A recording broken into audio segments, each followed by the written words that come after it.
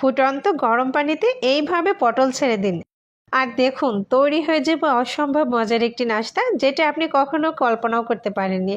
আসসালামু আলাইকুম। আজ আমি আপনাদেরকে পটলের অসম্ভব মজার একটা রেসিপি শেয়ার করছি। আর এই রেসিপিটা একবার যদি ট্রাই করেন তো সারা জীবনই কিন্তু শুধু এটা দিয়েই ভাত খাইতে ইচ্ছে করবে। তার জন্য আমি এই যে কতগুলো ফ্রেশ দেখে পটল নিয়েছি। আর আমি এখন পটলের দুই সাইডটা এভাবে কেটে নিচ্ছি, তারপরে যে মাঝখান থেকে একবারে চিড়ে নিলাম। আর আমি মাঝখান থেকে এভাবে চিড়ে নিব। আর যে পটলটার মাঝখানে যে বিচিগুলো শক্ত থাকবে সেই বিচিগুলো এভাবে আমি ফেলে দিচ্ছি।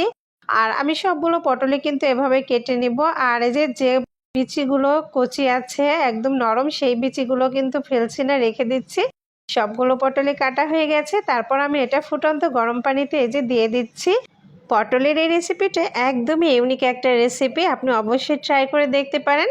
এটা যদি একবার ট্রাই করেন তো এটা দিয়ে শুধু ভাত খাইতে ইচ্ছে করবে। এটা এমনই একটা টেস্টি রেসিপি। এখানে আমি লবণ দিয়ে দিচ্ছি আর কিছুটা হলুদ দিয়ে দিচ্ছি। আর লবণ হলুদ দিয়ে এটা আমি এই যে কিছুক্ষণ এভাবে ফুটিয়ে নিব। আর এই তো অনেকটা আমার ফোটানো হয়ে গেছে। তো এ পর্যায়ে আমি এর ভিতরে কিছুটা এই যে কচি ছোট যে চিংড়ি পাওয়া যায় সেই চিংড়িগুলো অ্যাড করে দিচ্ছি।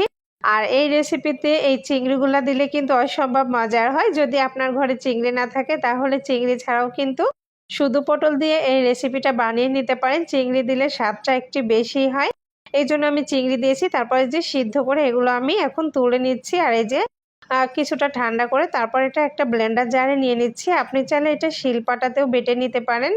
আর আমি এটা ব্লেন্ডার জারে ব্লেন্ড করে নিব। আর এই যে ঢাকনা লাগিয়ে আমি এখন ব্লেন্ড করে নিচ্ছি।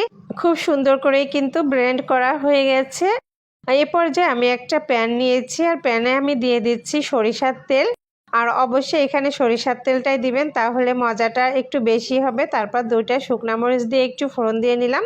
তারপর আমি এখানে বড় বড় 3টা পেঁয়াজ কুচি করে নিয়েছি, সেই পেঁয়াজগুলো অ্যাড করে দিচ্ছি। আর পেঁয়াজটা আমি জাস্ট কিছুক্ষণ এভাবে ভেজে নিচ্ছি। দিয়ে দিচ্ছি সামান্য পরিমাণ রসুন বাটা, মরিচের গুঁড়া আর জিরার গুঁড়া।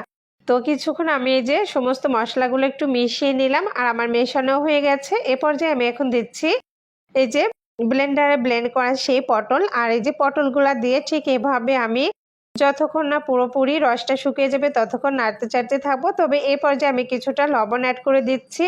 আর এখানে আমি সামান্য পরিমাণ লবণ দিয়েছি, যেহেতু এটা লবণ দিয়ে সিদ্ধ করা ছিল, অতিরিক্ত লবণ দেওয়ার কোনো প্রয়োজন নেই।